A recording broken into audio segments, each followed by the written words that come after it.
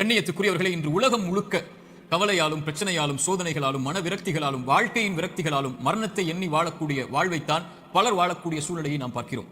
குறிப்பாக வாலிப சமூகத்துடைய ஆண்களும் பெண்களும் பெரும்பான்மையாக இந்த நிலையில் இருக்கக்கூடிய காட்சியைத்தான் நம்மால் பார்க்க முடிகிறது. அல்லாஹ்வுடைய தூதர் ஸல்லல்லாஹு அலைஹி வஸல்லம் இந்த காலம் மறுமை நெருங்கும் போது வரும் என்று சொன்னார்கள். மனிதர்களுடைய இறுதி காலம் நெருங்கும் போது மன்னரைகளை பார்த்து மனிதர்கள் சொல்லுவார்கள், நீங்கள் இருக்கக்கூடிய இடத்தில் நாங்கள் இருக்க வேண்டுமே என்று. மரணித்தவனை பார்த்து உயிர் உள்ளவன் மரணிக்க வேண்டும் என்று ஆசைப்படுவான் என்று அல்லாஹ்வுடைய தூதர் ஸல்லல்லாஹு அலைஹி வஸல்லம் அவர்கள் சொன்னார்கள். இப்படி மரணத்தை எண்ணி கவலையாலும் பிரச்சனைகளாலும் சோதனைகளாலும் நெருக்கடிகளாலும் வாழக்கூடிய வாழ்வை இறுதி சமூகம் சந்திக்கும் என்று அல்லாஹ்வுடைய தூதர் ஸல்லல்லாஹு அலைஹி வஸல்லம் அவர்கள் சொன்னார்கள். இன்று இதற்காக மருத்துவமனைகள் உருவாகிவிட்டது, இதற்காக மருத்துவர்கள் உருவாகிவிட்டார்கள். இதுவே மிகப்பெரிய ஒரு அம்சமாக சமூகத்தில் மாறிக்கொண்டிருக்கிறது. இப்படி சோதனையான காலத்தில் நீங்கள் சோதனைகளை சந்தித்துக் கொண்டிருந்தால், நோயால், செல்வ இழப்பால், கண்ணிய இழப்பால் அல்லது வாழ்க்கையின் நெருக்கடிகளால், உறவுகளுடைய பிரிவால், இது போன்ற எந்த சோதனையில் நீங்கள் சிக்குண்டிருந்தாலும் இந்த செய்தியை செவிதாழ்த்தி கேளுங்கள். இந்த சோதனைகளில் நீங்கள் தனியாக இல்லை, உங்களுடைய இறைவன் உங்களோடு தான் இருக்கிறான். மீண்டும் சொல்கிறேன், இந்த சோதனைகள் எதுவாயினும் கவலை கொள்ளாதீர்கள், நீங்கள் தனியாக இல்லை, இறைவன் உங்களோடு தான் இருக்கிறான். அந்த செய்தி தான் நான் இப்போது உங்களுக்கு சொல்லக்கூடிய செய்தி. குர்ஆன் சொல்கிறது, வனப்லூக்கும் பிஷ்ஷர்ரி வல் கைரி ஃபித்னா.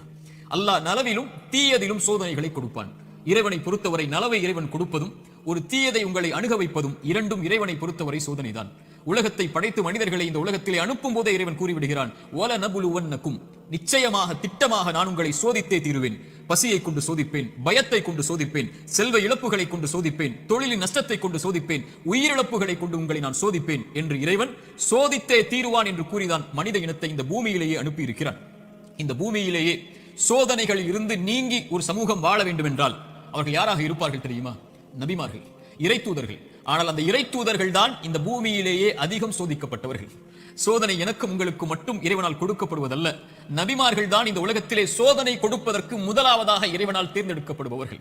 குர்ஆன் சொல்கிறது, நபிமார்கள் நிராசை அடைந்து நாங்கள் பொய்ப்பிக்கப்பட்டு விட்டோம் என்று எண்ணும் அளவிற்கு அவர்கள் நிராசை அடையும் போதுதான் அந்த சோதனையால், அந்த சிரமங்களால், அந்த கஷ்டங்களால் இறைவன் அவர்களுக்கு வெற்றியை அளிப்பான் என்று குர்ஆன் சொல்கிறது. இறைத்தூதர் ஸல்லல்லாஹு அலைஹி வஸல்லம் அவர்களிடத்திலே கேட்கப்பட்டது, இந்த பூமியிலேயே அதிகமாக சோதனைக்கு உள்ளாக்கப்பட்டவர்கள் யார் என்று. அல்லாஹ்வின் தூதர் ஸல்லல்லாஹு அலைஹி வஸல்லம் அவர்கள் சொன்னார்கள், நபிமார்கள். அவர்களுக்கு பிறகு நல்லவர்கள், அவர்களுக்கு பிறகு அவர்களை பின்தொடர்பவர்கள் என்று அல்லாஹ்வுடைய தூதர் ஸல்லல்லாஹு அலைஹி வஸல்லம் அவர்கள் சொன்னார்கள். மனிதர்களுடைய எல்லோருடைய வாழ்க்கையிலும் இந்த எல்லா சோதனைகளும் பொதுவானது. நானும் நீங்களும் மட்டும் சோதனையில் உள்ளாக்கப்படுவதில்லை என்ற நியதியை நாம் புரிந்து கொள்ள வேண்டும். நமது வலதுபுறம் இடதுபுறம் இருக்கக்கூடிய எல்லோர்களும் சோதிக்கப்படுகிறார்கள். இப்போது பாருங்கள், பலஸ்தீனிலே முஸ்லிம்கள் படக்கூடிய பிரச்சனைகள், அவர்கள் சந்திக்கக்கூடிய சிரமங்கள், அவர்கள் சந்திக்கக்கூடிய உயிரிழப்புகள். பசியால் வாழக்கூடிய மனிதர்கள் நமக்கு முன்னால் வாழ்ந்து கொண்டிருக்கிறார்கள். தண்ணீர் கிடைக்காமல் தாகத்திலே கடல் நீரை குடிக்கக்கூடிய மக்கள் இன்று பலஸ்தீனிலே உண்டு.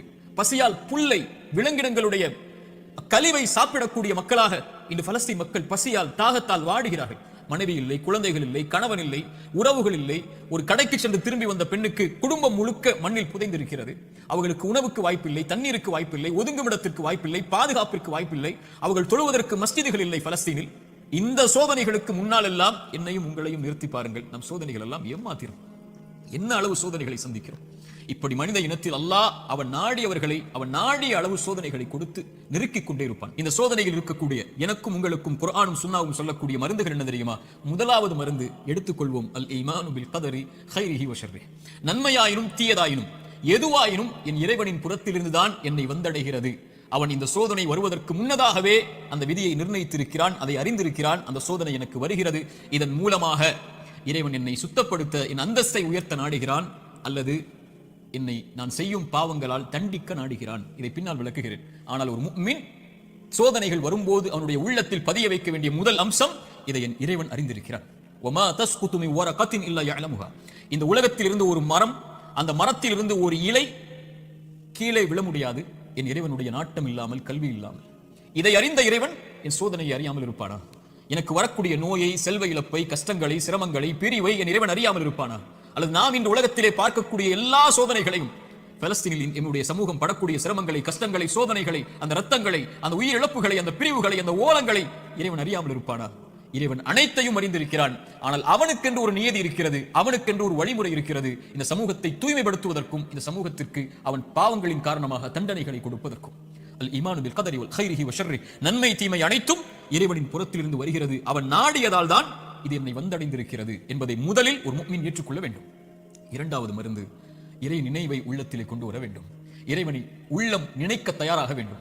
உள்ளத்தின் நோய்க்கு மிகப்பெரிய மருந்து அலா பிதிக்ரில்லாஹி தத்மஇன்னுல் குலூப். உள்ளத்தின் நிம்மதியை அல்லாஹ் திக்ரில் வைத்திருக்கிறான், அவனுடைய நினைவில் வைத்திருக்கிறான்.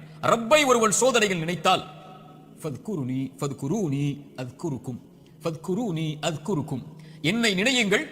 ரப்பு சொல்லுகிறான், உங்களை படைத்தவன் சொல்லுகிறான், உங்களை பரிபாலிப்பவன் சொல்லுகிறான், அத்குருக்கும், உங்களை நான் நினைக்கிறேன். அல்லாஹ் அக்பர். அல்லாஹ் நினைத்து விட்டால் உங்களுடைய சோதனைகள் எல்லாம் எம்மாத்திரம் அவனுக்கு நீக்குவதற்கு. உங்கள் நோயில் இறைவன் உங்களை நினைத்து விட்டால் அவனை தவிர வேறு யார் உங்களுக்கு மருந்தை கொடுத்து அந்த நோயை நீக்க முடியும்? செல்வ இழப்பை நீக்க முடியும், பிரிவுடைய கவலைகளை நீக்க முடியும், வாழ்வின் பிரச்சனைகளை நீக்க முடியும். அல்லாஹ்வுடைய தூதர் ஸல்லல்லாஹு அலைஹி வஸல்லம் சொன்னார்கள், அல்லாஹ் கூறுவதாக, ஒரு அடியான் என்னை எப்படி நினைக்கிறானோ அது போன்றே நானும் அவனை நினைக்கிறேன். அவன் என்னை நினைத்தால் நான் அவனோடு இருந்து விடுகிறேன். அவன் என்னை தனிமையில் நினைத்தால் நானும் அவனை தனிமையில் நினைக்கிறேன். அவன் ஒரு கூட்டத்தில் என்னை நினைவு கூர்ந்தால் அவன் நினைவு கூறக்கூடிய கூட்டத்தை விட சிறந்த கூட்டத்தில் நான் அவனை நினைவு கூறுகிறேன் என்று அல்லாஹ்வுடைய தூதர் ஸல்லல்லாஹு அலைஹி வஸல்லம் அல்லாஹ் கூறுவதாக சொன்னார்கள். அவன் தனிமையில் அவன் நினைத்தால் என்னை, நான் அவனை தனிமையில் நினைக்கிறேன். என்னை நினைத்தால் நான் அவனோடு தான் இருக்கிறேன் என்று அல்லாஹ் கூறுகிறான். அல்லாஹ் உங்களோடு இருந்தால் ஏன் கவலை? அல்லாஹ் உங்களோடு இருந்தால் ஏன் பிரச்சனைகள்? அல்லாஹ் உங்களோடு இருந்தால் ஏன் சிரமங்கள்? அல்லாஹ்வை நேசிக்கக்கூடிய அடியார்களுக்கு லா ஹவுஃபுன் அலைஹிம் வலா ஹும் யஹ்ஸனூன், அவர்கள் கவலை கொள்ள மாட்டார்கள், அவர்கள் பயம் கொள்ள மாட்டார்கள். அவருடைய உள்ளம் அல்லாஹ்வின் நினைவால் நிரம்பி இருக்கும் போது இறைவன் கொடுத்த கவலை, இறைவன் கொடுத்த சோதனை, அவன் எனக்கு ஒன்றை நாடுகிறான், இதில் நான் நலவை முயற்சி செய்து முன்னேறுகிறேன், என்ன சோதனையாயினும் அவன் எனக்கு நீக்குவான் என்ற நம்பிக்கையில் ஒரு முஃமின் முன்னேறுவான்.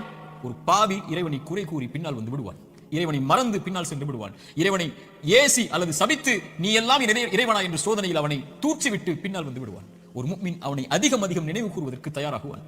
மூன்றாவது துஆ, அவனை அழைக்க வேண்டும், நினைத்த இறைவனை அழைக்க வேண்டும். அழைப்பதுதான் சோதனைகளை நீக்கும். கரம் ஏந்தி உங்களுடைய சோதனைகளை முறையிட்டு நீங்கள் அல்லாஹ்வை அழைக்காமல் சோதனை நீங்கும் என்று நினைப்பது பகலில் கனவு காண்பதுதான், நடக்கவே நடக்காது. இறைவனை அழைத்தால் தான் சோதனைகள் நீங்கும். நபிமார்கள் அழைத்தார்கள், நபி யூனுஸ் அழைத்தார்கள் அல்லாஹ்வை, லா இலாஹ இல்லா அன்த சுப்ஹானக் இன்னி குன்து மினல் ஸாலிமீன்.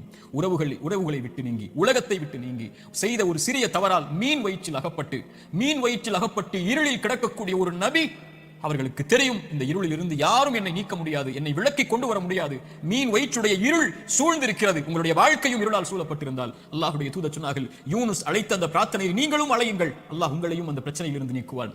லா இலாஹ இல்லா அன்த சுப்ஹானக், வணக்கத்துக்குரிய இறைவனை, உன்னை தவிர வணங்கத் தகுதியானவன் யாரும் இல்லை, நீ பரிசுத்தமானவன். இன்னி குன்து மினல் ஸாலிமீன், அநீதம் செய்பவன் யா அல்லாஹ், அநீதத்திற்கு உள்ளானவன் யா அல்லாஹ், எனக்கு இந்த சோதனைகளை நீக்கு யா அல்லாஹ் என்று அவன் கேட்பான். அல்லாஹ் அந்த சோதனையை நீக்குவான். நான் செய்த பாவத்தால் எனக்கு இந்த சோதனை என்றால் இதோ விடுகிறேன் யா அல்லாஹ், நீக்கு யா அல்லாஹ். நபி யூனுஸ் அழைத்தார், அல்லாஹ் நீக்கிறான். நபி மூசா அழைத்தார், அல்லாஹ் நீக்கிறான். நபி இப்ராஹிம் அழைத்தார்கள், அல்லாஹ் நீக்கினான். நபி தாவூத் அழைத்தார்கள், அல்லாஹ் நீக்கினான். நபி நூஹ் அழைத்தார்கள், அல்லாஹ் நீக்கினான். நபி ஜக்கரியா அழைத்தார்கள், அல்லாஹ் நீக்கினான். நபி அய்யூப் அழைத்தார்கள், அல்லாஹ் நீக்கினான். முஹம்மது ரசூலுல்லாஹ் ஸல்லல்லாஹு அலைஹி வஸல்லம் அழைத்தார்கள், அல்லாஹ் நீக்கினான். நாம் அழைத்தோம் அல்லாஹ்வை, நாம் கேட்டோம் அல்லாஹ்விடத்தில், நாம் முறையிட்டோமா, யா அல்லாஹ் இந்த சோதனையால் சிரமப்படுகிறேன், அவதிப்படுகிறேன், கஷ்டப்படுகிறேன், இன்னல் படுகிறேன், கண்ணீர் வடிக்கிறேன், எனக்கு இந்த சோதனையை நீக்கு யா அல்லாஹ், என் பாவத்தின் மூலமாக வந்திருந்தால் இதோ இந்த பாவங்களை விட்டு விலகி வருகிறேன் யா அல்லாஹ், என் கவலையை நீக்கு என்று கேட்டிருக்கிறோமா? பள்ளியில் தொழுகை அல்லாத நேரத்தில் அவரை பார்த்து கேட்டார்கள், ஏன் தோழரே பள்ளிக்கு வந்திருக்கிறார் இந்த நேரத்தில்? அவர் சொன்னார், யா ரசூலல்லாஹ் கடன், யா ரசூலல்லாஹ் கவலைகள், உள்ளம் நிரம்பி இருக்கிறது அல்லாஹ்வின் தூதரே. அல்லாஹ்வுடைய தூதர் ஸல்லல்லாஹு அலைஹி வஸல்லம் சொன்னார்கள், நான் ஒரு துஆவை சொல்லித் தருகிறேன், அதை நீ ஓதினால் அல்லாஹ் ரப்புல் ஆலமீன் உனக்கு இந்த சோதனைகளில் இருந்து வெளியேறக்கூடிய வாய்ப்பை அல்லாஹ் ரப்புல் ஆலமீன் உனக்கு தருவான். என்ன அல்லாஹ்வின் தூதரே அந்த பிரார்த்தனை? அல்லாஹும்ம இன்னி அஊது பிக மினல் ஹம்மி வல் ஹஸன், அல்லாஹும்ம இன்னி அஊது பிக மினல் ஹம்மி வல் ஹஸன். யா அல்லாஹ், என்னுடைய துக்கம், என்னுடைய எதிர்காலம் என்ன ஆகப் போகிறது, நான் எதை நோக்கி செல்ல போகிறேன், என்னுடைய வருமானம் என்ன ஆகப் போகிறது, இவ்வளவு கஷ்ட இழப்புகளை சந்தித்து விட்டேனே, இனிமேல் என்ன ஆகப் போகிறது என்ற கவலையில் இருந்தால் யா அல்லாஹ் அந்த துக்கத்தை நீக்கு யா அல்லாஹ். எதிர்கால கவலைகளை பற்றி கவலையை உள்ளத்திலிருந்து நீக்கு யா அல்லாஹ். வல் ஹஸன், என்னுடைய முன்னால் நான் செய்த பாவங்கள், முன்னால் என் வாழ்க்கையில் நடந்த நிலைகள், நான் சந்தித்த இழப்புகள், அதனால் என் உள்ளம் துவண்டிருக்கிறது. எதிர்காலத்தை பற்றியும் கடந்த காலத்தில் நான் செய்ததை பற்றியும் என்னுடைய உள்ளம் கவலை கொண்டு நடக்க முடியாமல், நகர முடியாமல் இருக்கிறேன் யா அல்லாஹ், அதை நீக்கு யா அல்லாஹ். எதிர்காலத்தை பற்றி கவலையை நீக்கு, கடந்த காலத்தை பற்றி நினைவுகளை நீக்கு, இனிமேல் வாழக்கூடிய வாழ்க்கையை சரிபடுத்தி என்று இறைவனை அழைப்பான். அல்லாஹும்ம இன்னி அஊது பிக மினல் ஹம்மி வல் ஹஸன் வ அஊது பிக மினல் அஜ்ஸி வல் கஸல். யா அல்லாஹ், இயலாமை, என்னால் இனிமேல் என்ன செய்ய முடியும், என்ன இருக்கிறது என்னிடத்தில், எதை கொண்டு செல்லுவேன் என்ற பயம், இயலாமை என்னிடத்தில் இருக்கிறது. யா அல்லாஹ், கஸல், சோம்பேறித்தனத்தால் சோம்பலில் இருக்கிறேன், என்னால் முடியும் யா அல்லாஹ், ஆனால் எழ முடியவில்லை, என்னால் இந்த சோதனைகளை கடக்க முடியவில்லை, என்னிடத்தில் தைரியம் இல்லை யா அல்லாஹ், தைரியத்தை கொடு, அதை செய்து முடிக்கக்கூடிய உறுதியை கொடு. வஅஊது பிக மினல் அஜ்ஸி வல் கஸல் வஅஊது பிக மினல் ஜுப்னி வல் புகுல். யா அல்லாஹ், கஞ்சத்தனத்தை விட்டும், யா அல்லாஹ் கோழைத்தனத்தை விட்டும், யா அல்லாஹ் கடன் என்னை மிகைப்பதை விட்டும், மனிதர்கள் என்னை ஆக்கிரமிப்பதை விட்டும் என்னை பாதுகாத்து விடு யா அல்லாஹ். இந்த அல்லாஹ்வுடைய தூதர் ஸல்லல்லாஹு அலைஹி வஸல்லம் அந்த துஆவை அந்த தோழருக்கு கற்றுக் கொடுத்தார்கள். இதை ஓதக்கூடிய வழக்கம் உள்ளவர்களாக மாற வேண்டும். இப்படி அல்லாஹ்வை அழைக்கக்கூடிய முறையில் எல்லாம் இதா சஅலக இபாதி அன்னி ஃபஇன்னி கரீபுன் உஜீபு தஅவத தாஇ இதா தஆன், அழைப்பவர்கள் அழைத்தால் அந்த அழைப்பிற்கு இவன் பதில் கொடுக்காமல் இருப்பதில்லை. அல்லாஹ்வின் தூதர் சொன்னார்கள், ஒரு மனிதன் ஒரு முஃமின் அல்லாஹ்விடத்திலே கரம் ஏந்தி அவனுடைய கரம் அல்லாஹ் கொடுக்காமல் கீழே விழுந்தால் அவன் கேட்பதை இறைவன் வெட்கப்படுகிறான் என்று அல்லாஹ்வுடைய தூதர் ஸல்லல்லாஹு அலைஹி வஸல்லம் சொன்னார்கள்.